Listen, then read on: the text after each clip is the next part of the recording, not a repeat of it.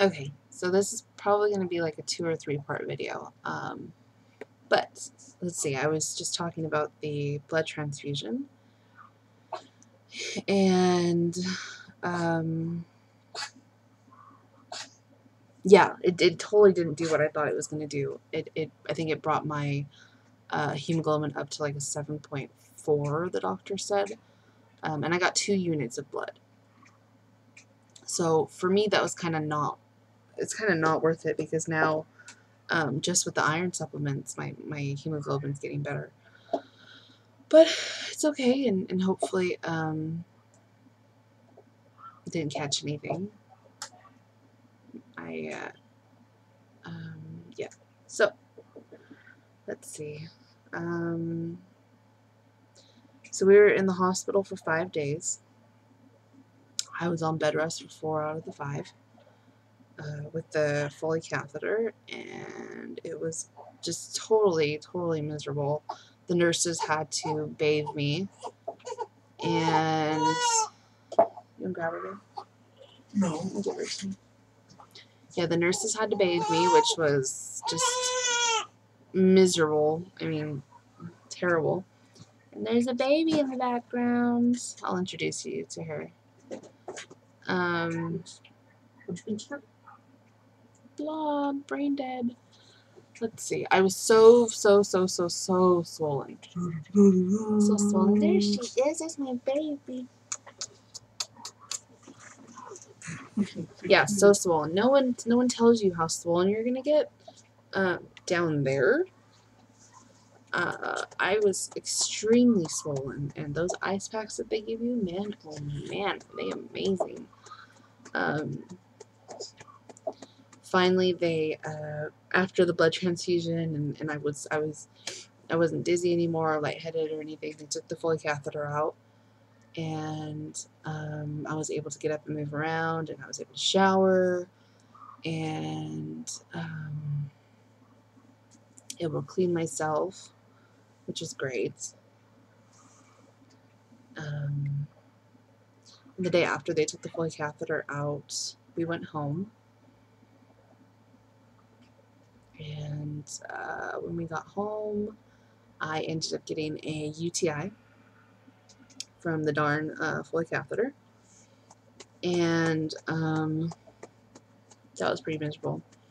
The meds that they put me on made me feel terrible. They gave me the chills, the headaches, cramping, body aches, everything. It was terrible. And dealing with the anemia, like I said, when I went home, my blood count was only 7.4, and it's very, I mean, it's terrible. Even now, I think I'm just over an 8, and it's so exhausting. You can see how pale I am. My lips. I was worse than this. So let's see. Emma, she's born 8 pounds even and 19 inches, and she was just amazing. She we started breastfeeding. She latched on perfectly. And then she started having trouble with dehydration and vomiting and a few other things. And so they suggested that we supplement. So we supplemented with a bottle of formula at the hospital. And then I started pumping. And that's what I'm doing right now. So I'm just strictly pumping. Because she won't latch on anymore. She's used to the nipples. And it's just, we tried, and it just wasn't happening with the latching on. Let's see. She was, like I said, 8 pounds when she was born. When we left the hospital, she was 7'5". So she lost 11 ounces, which was, I think they said 5% of her body weight, which isn't too bad. And now she's back up to 8, and we're about 2. She's almost 2 weeks old today, or tomorrow. She's 2 weeks old, so she's back up to her birth weight. And you know, the labor and delivery story, it's pretty horrific. I went through a lot. My body went through a lot. I'm still going through a lot. The stitches are not exactly the greatest thing to feel. And the anemia is exhausting, and breastfeeding with anemia is just it takes a lot. It takes a lot out of you. You know, along with the sleepless nights and the waking up and just learning about what your baby wants and needs and what cries mean.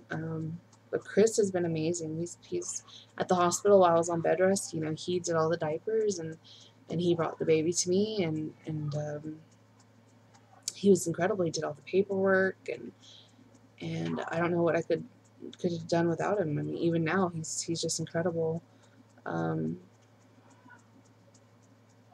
Like it's amazing. It's amazing how great he's been. But yeah,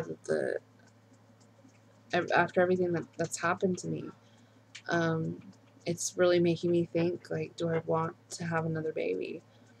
Because it was definitely an experience, and I can't decide which is worse. I'm probably gonna say the anemia is probably the worst out of everything. It really makes you feel like your body's just dead. You don't want to do anything, and the dizzy spells, and it's terrible. My blood pressure, I'm still on blood pressure medicine. I went to the doctor on Monday, and my blood pressure was 113/69. And that is still on blood pressure medicine, so he wants to keep me on it until my 6-week postpartum, and then we'll decide what to do then. And also, a pretty amazing thing is that I've lost over 60 pounds in less than 2 weeks. 60, yeah. And most of it is water weight, and I'll show you guys what I look like in a minute. It's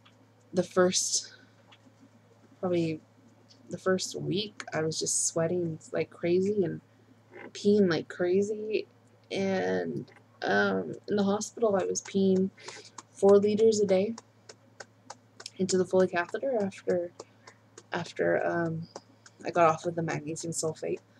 My body started letting all the fluid go, and let's see, I was about 295 when I delivered. When I left the hospital, I was at 274. My first doctor visit, I was at 260. No, I was at 250 something? I don't remember. 255. I was at 255. My first doctor visit, and that was the day after we got out of the hospital, or the 2 days after we got out of the hospital. And then on Monday, I was at 232.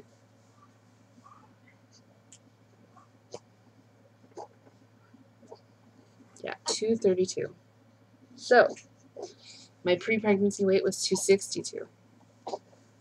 So I'm 30 pounds less than what my pre-pregnancy weight was.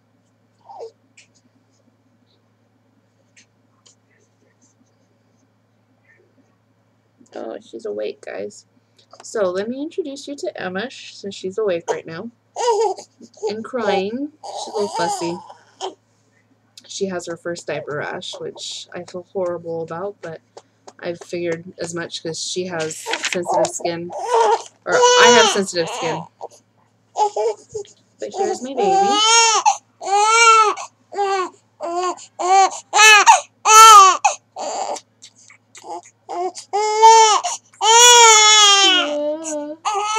I'm sorry. She was born with a full head of hair. We thought she was going to be a bald baby, but she's got so much hair on her, and she's beautiful. Ooh. she's definitely stubborn. When it came to latching on after the nipples, it just wasn't going to happen.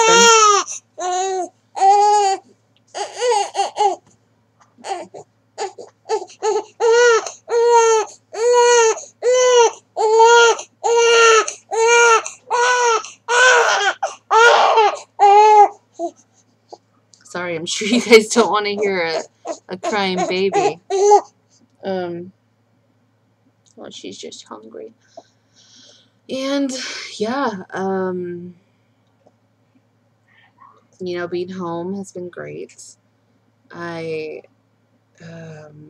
still dealing with the stitches, and I freaked out a little bit about a week ago or so. My days are kind of blurred, but I had a sorry if this is TMI, but I had my first normal bowel movement at home, and after my bowel movement, I was wiping, and I noticed a large amount of blood, really dark blood, and it scared the bejesus out of me. The toilet looked like it was full of blood. You know, the toilet paper was just dark blood, and that was really scary. And I've been dealing with you know, just like why does one thing after another keep on happening to me, and me freaking out a little bit about the blood transfusion. And I know that it's to contract something from a blood transfusion is like it's like getting struck by lightning. Very, very rare, but it does happen.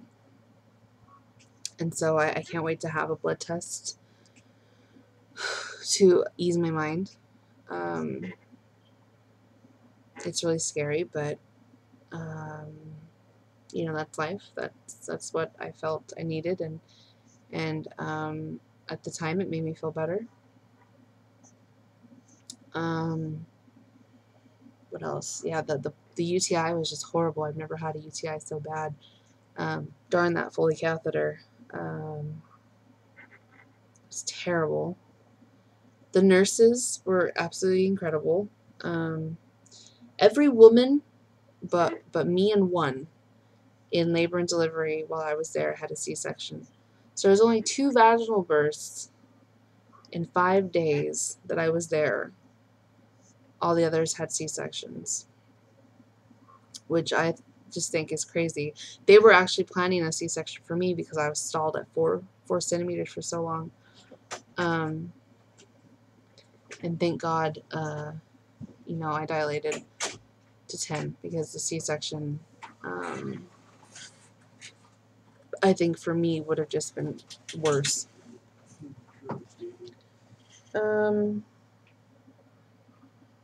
And I think that's it, guys.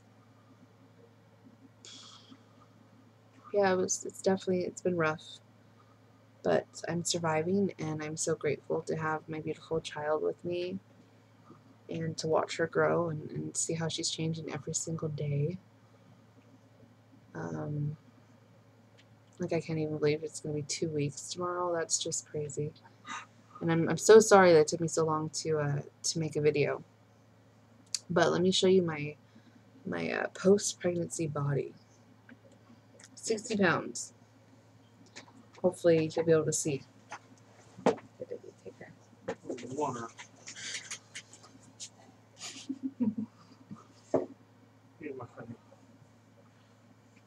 You make an appearance, little girl?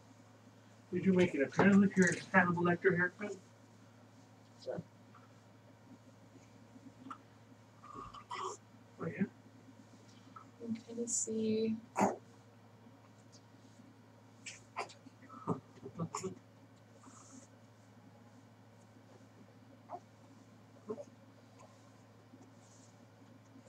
Your belly. Doesn't really. You see it mostly in my I lost a lot of water weight in my legs.